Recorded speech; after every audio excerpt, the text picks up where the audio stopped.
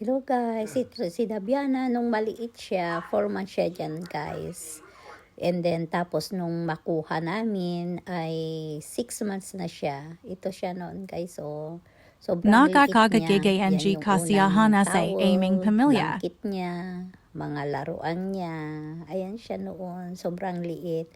6 months nung makuha namin si Dabiana. At ngayon ay 1 taon na siya sa amin. So, ang edad na niya ay 1 year and 6 months. Ang bilis ng panahon. Wag 1 taon ng baby namin. Sobrang cute niya at nakakapagbigay siya ng saya sa aming pamilya. So, ayan ang aming baby si Dabiana. So, yan guys, ang aming babing husky noon. So, ngayon ay bibing damulag na. So, 'di ba guys, ang cute niya. So, bilis ng panahon.